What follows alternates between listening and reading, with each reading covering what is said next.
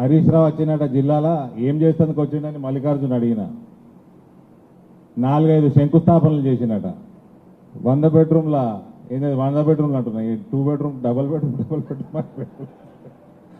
100 పడకల హాస్పిటల్ భీమ్గల్లా అరే అవి కట్టేసిర్రా అని అడిగితే కట్టేసుడు ఇనాగ్రేషన్ కాదట శంకుస్థాపన చేయడానికి వచ్చిందట మోతే గ్రామం బైపాస్ రోడ్డు 60 లక్షలతోటి శంకుస్థాపన అట क्या करना मलिक भाई पैसे ट्रांसफर करो बोला నరేంద్ర మోడీ గారు ఎక్కడన్నా శంకుస్థాపనకు పోతే ఆయన పోకంటే ముందు ఆ డిపార్ట్మెంట్కి పైసలు ట్రాన్స్ఫర్ అయితే ఈడ లొట్ట ఫీజు కూడా ట్రాన్స్ఫర్ కాదు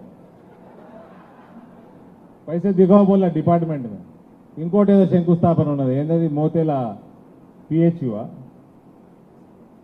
అన్ని 5 ఐటెంలు ఉంటే అందులోకెళ్ళి 4 శంకుస్థాపనలే మీడియా మిత్రులు జర లేట్ వచ్చిండ్రు ఆ కమెంట్స్ మోహన్ దగ్గర తీసుకోండి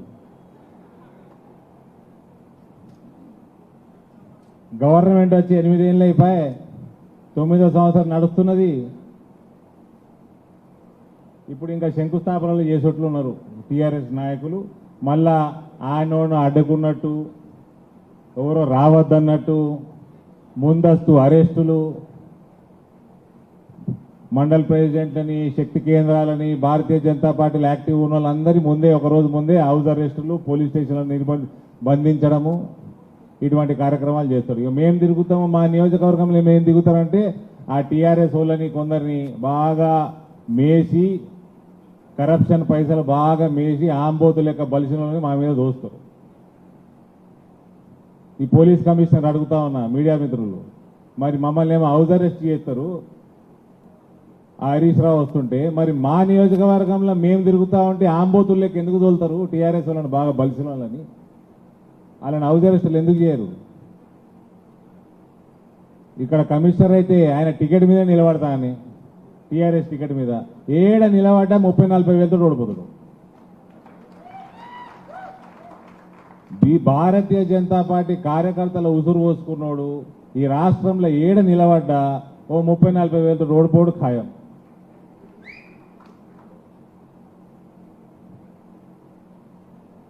ప్రేమేందర్ అన్న మాట్లాడుతుంటే బూత్ స్థాయి నుంచి ప్రతి బూత్ నుంచి 1000 రూపాయలు ఇవ్వమన్నారు అదేదో నువ్వే చెప్పన్నా మేము చెప్పమని చెప్పిన నేను కానీ పోయిన సంవత్సరం ఆగస్టు మాసంలో నేను భార్య పిల్లలతోటి మోడీ గారి దగ్గరకు పోయినా నా ఫోటోలు అందరూ చూసి ఉంటారు ఆ రోజు అర్ధగంట ముచ్చట పెట్టిండు రాజకీయం పెద్ద ఏం మాట్లాడలే పిల్లగాళ్ళతో మాట్లాడి ముచ్చట పెట్టి దాని తర్వాత సెప్టెంబర్ మాసంలో అమిత్ షా గారు మన బూత్ స్థాయి మెంబర్స్ కోసం మనం చేపట్టిన కార్పస్ ఫండ్ ఇనాగరేషన్కి వస్తున్నారు సార్ నేను ఇక ఈ రకంగా కార్పస్ ఫండ్ పెట్టుకొని మన బూత్ కార్యకర్తల కోసం మెంబర్స్ కోసం ఇట్లా చేద్దాం అనుకుంటున్నా అంటే మోడీ గారు చాలా మంచి ఆలోచన ఎట్లా సమకూరుస్తావు నిధులు ఎట్లా సమకూరుస్తావు అంటే సార్ నాకు చేతనైనా నేను చేస్తా తెలిసిన దోస్తులు ఉన్నారు రాజకీయాలకు సంబంధం లేకుండా అది ఏమైనా కాంట్రిబ్యూషన్ ఇస్తే తీసుకుంటా సార్ నా జనరల్గా నా పిల్లల కోసం ఏదైతే నేను ఏడీఎఫ్ నడుపుతున్నానో గత 10-12 ఏళ్ల నుంచి దానికోసమైతే ఎవరి దగ్గర తీసుకోను కార్యకర్తల కోసం ఎందుకంటే సంఖ్య పెద్దది సుమారు 18,000 మంది కార్యకర్తలు ఆల్రెడీ రిజిస్టర్డ్ అయి ఉన్నారు కాబట్టి అంత అరవింద్ ఏం చేయాలంటే నేను ముఖ్యమంత్రి కాకంటే ముందు చెప్పండి నాకు చెప్తున్నాడు మోదీ గారు ముఖ్యమంత్రి కాకంటే ముందు Bharatiya Janata party general secretary ఉన్నప్పుడు గుజరాత్లో ప్రతి గ్రామానికి పోతుంటిమి ప్రతి పట్టణానికి పోతుంటిమి గుజరాత్లో అన్ని నిజామాబాద్లో పైసలు ఉన్నోళ్ళు ఉంటారు సుభాష్ నగర్లో పైసలు ఉన్నోళ్ళు ఉంటారు కంటేశ్వర్లో పైసలు ఉన్నోళ్ళు ఉంటారు వాళ్ళ ఇంటికి పోయి వాళ్ళ పిల్లల కోసం బొమ్మలు కొంటారు బొమ్మలు రెగ్యులర్గా కొంటారు చిన్నపిల్లల కోసం పిల్లలు పెద్దగా అయిపోతారు లేదా కొత్త బొమ్మ వస్తే పిల్లగాడు పాత బొమ్మ పక్కకు పెడతాడు కానీ అన్ని మంచి కండిషన్లు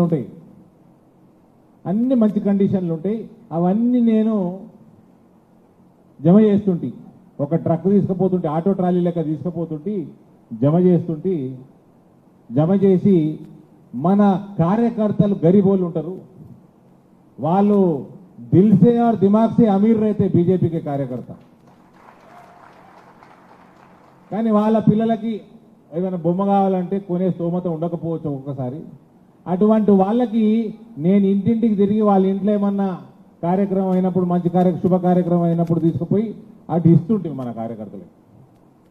కోవిడ్ సమయంలో కూడా కాశీ క్షేత్రంలో, ఆయన పార్లమెంట్ క్షేత్రంలో నేను ప్రధానమంత్రిని నేను ఒక చిట్కేస్తే ప్రతి ఒక్కరికి ఇంటింటికి భోజనం వెళ్ళిపోతుంది. కానీ నేను అట్లా చేయలే. ఉన్నోళ్ళ దగ్గరికి పోయి, అంటే సుభాష్ నగర్, కంటేశ్వరి ఇటువంటి జాగాలకు పోయి ఇంటింటికి పోయి కొన్ని రొట్టెలు చేసి మని రిక్వెస్ట్ చేసినాం.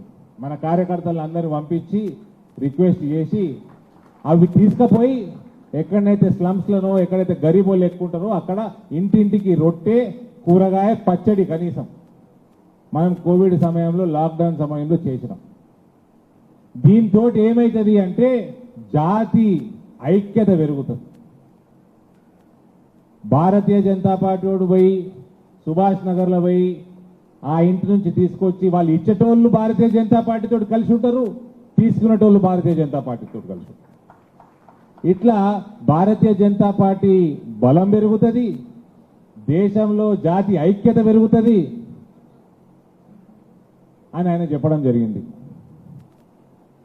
నాకు అప్పుడే ఆయన కాలం అవుదామనిపించింది నాకు.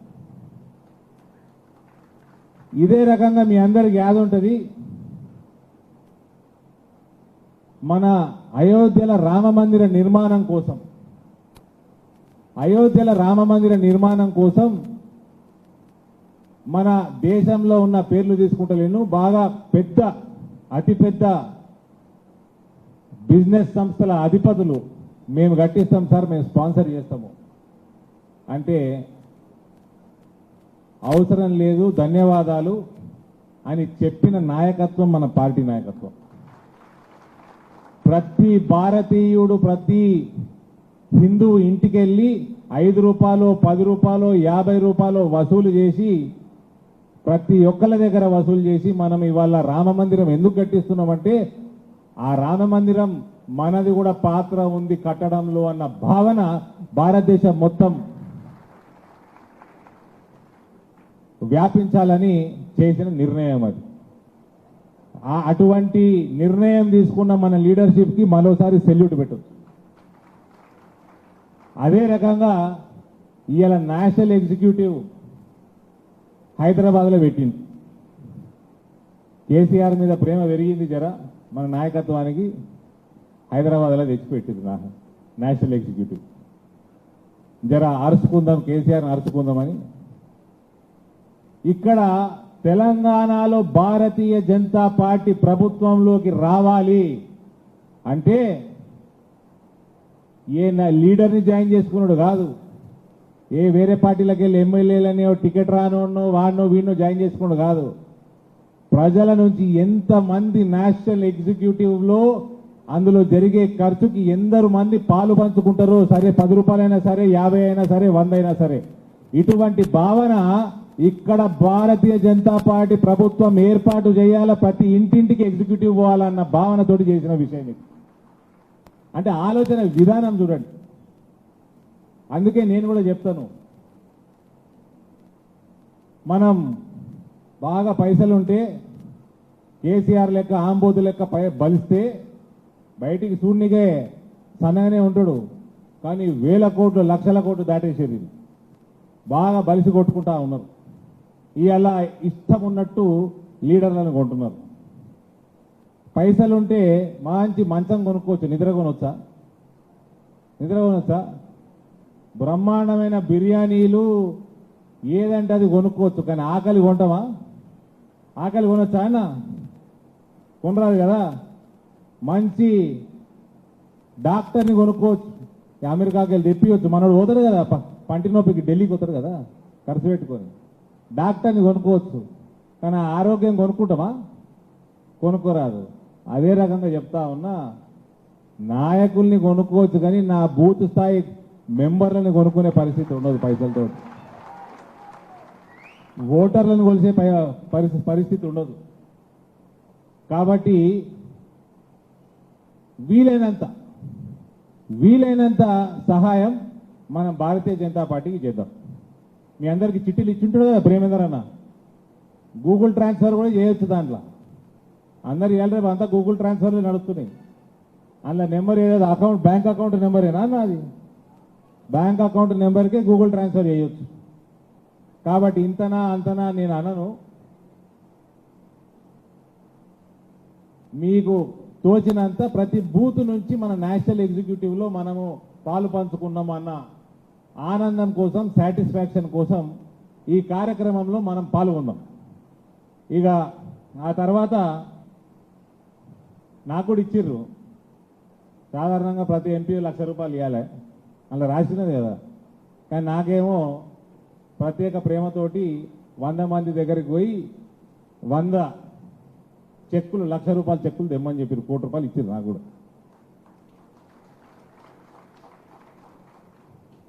సార్ 5 లక్షల మేము తీసుకోం, ఎందరు ఎక్కువ సంఖ్య మన ఎన్ఈసీలో ఇన్వాల్వ్ అయితే అంత మంచిది అని ఆ ఆలోచన విధానం తెచ్చి కింద మీద పడి ఏదో ఒకటి చేస్తా ఉన్నా. సరే, ఇక కార్యక్రమం మొదలవుతుంది 1 జూలై నాడు. 3వ తారీఖు సాయంత్రం బహిరంగ సభ. కల్వకుంట్ల చంద్రశేఖరరావుకి చెప్తా ఉన్నా, యశోద హాస్పిటల్కి వెళ్ళి డాక్టర్లను పిలిపించుకొని దగ్గర పెట్టుకో. నరేంద్ర మోడీ ఎట్లా వస్తున్నాడు, అమిత్ షా వస్తాడు, రాజ్నాథ్ సింగ్ వస్తాడు, గడ్కరీ మాట్లాడతాడు, ఇక ఆదిత్యనాథ్ యోగి మాట్లాడతాడు, శివరాజ్ సింగ్ చౌహాన్ వస్తాడు, హిమాంత బిశ్వ శర్మ వస్తాడు, కర్ణాటక ముఖ్యమంత్రి వస్తాడు. అట్లా 12 మంది ముఖ్యమంత్రులు, 40-50 మంది కేబినెట్ మంత్రులు, మోడీ గారు, వీళ్ళందరూ వచ్చి పరేడ్ గ్రౌండ్లో ఒకటేసారి కూర్చుంటే పరిస్థితి ఏముంటుందన్నా? ఇటువంటి అవకాశం వస్తుందా మనకి? వస్తుందా? అందరం పోతాం కదా. ఏం పంచాయతీ పడకురన్నా, నిజామాబాద్ మొత్తం తరలిస్తుంది, ఇందూరు పార్లమెంట్ మొత్తం తరలిస్తున్నాడు. ఇటువంటి అవకాశం మళ్ళీ మనం ఎప్పుడైనా చూడాలన్నా కూడా ఇందరు నాయకులు స్టేజ్ మీద ఒకటేసారి చూసే పరిస్థితి ఉండదు. కాబట్టి అందరినీ రిక్వెస్ట్ చేస్తున్నా, ప్రతి బూత్ నుంచి మా ఇన్ఛార్జీలు ఉన్నారు కదా ఇక్కడ అంతా, ఏ అసెంబ్లీ నియోజకవర్గ టికెట్లు కావాలని తిరుగుతున్నారు కదా, వాళ్ళందరితో పైసలు ఖర్చు పెట్టిద్దాము, నేను ఇంత పెడతా, మంచి బండ్లు పెడతాము. ఏంది భయ్, పెడతారు కదా పైసలు బాగా, అన్ని బండ్లు సౌలతులు, ప్రతి బూత్కి సౌలత్ ఏర్పాటు చేయాలి. ఇందూరు పార్లమెంట్కి దానికాయించి వస్తారు ఆడికి చూడనీకే. నన్ను కూడా అటువంటి మీటింగ్కి నన్ను స్టేజ్ మీద విలకురన్నా, కిందుండి చూసుట్లనే మజా ఉంటుంది నాకు. నేను ఒఫీషియల్గా చెప్తున్నాను, నన్ను విలకురి పైకి. పోస్ట్ ఎంపీ, తెలంగాణకు సంబంధించిన ఎంపీ అని జాంతానే మై నిచ్చే బయటకే దిక్తాం ప్రోగ్రాం. ఇందరూ ఒక్కటేసారి హైదరాబాద్లో పరేడ్ గ్రౌండ్లో ఆడ పర్మిషన్ ఇస్తాడో ఇయ్యడో అని నాకేం పని పెట్టారు తెలుసా? స్టేట్ గవర్నమెంట్ అడ్మినిస్ట్రేషన్ తోటి కోఆర్డినేషన్ అట. భలే పని పెట్టారు నాకు. ఒకరిద్దరు ఆఫీసర్లు నా భయానికి అపాయింట్మెంట్ కూడా ఇస్తలేరు నాకు. పోయి కలెక్టర్ సేకు అడుగుదామని, కోఆపరేట్ చేయండి అని. భలే ఎంచుకున్నారు అన్నవు. ఇటువంటి సీను అన్న మళ్ళీ కనబడది. దయచేసి అందరూ కూడా ఆ రోజు శ్రమ తీసుకొని అన్ని ట్రాన్స్పోర్టేషన్ సౌలత్ ఏర్పాటు చేస్తారు. దాంట్లో మంచి బండి ఎక్కి వచ్చి ఆ సీన్ చూడాల్సిందిగా నేను కోరుతా ఉన్నా. ఓకేనా? వస్తారా అందరూ? పక్కా. భారత్ మాతాకి. హాయ్ ఫ్రెండ్స్, మా టుడే టుమారో యూట్యూబ్ ఛానల్ చూస్తున్నందుకు చాలా థ్యాంక్స్. మరిన్ని లేటెస్ట్ వీడియోస్ కోసం వెంటనే సబ్స్క్రైబ్ చేయండి. అలాగే ఈ బెల్ ని కూడా రింగ్ చేసేయండి. మా నోటిఫికేషన్స్ అన్ని మీ మొబైల్లో వస్తాయి. అలాగే మా వీడియోస్ మీకు నచ్చితే లైక్ చేయండి, షేర్ చేయండి, నచ్చకపోతే కామెంట్ చేయండి.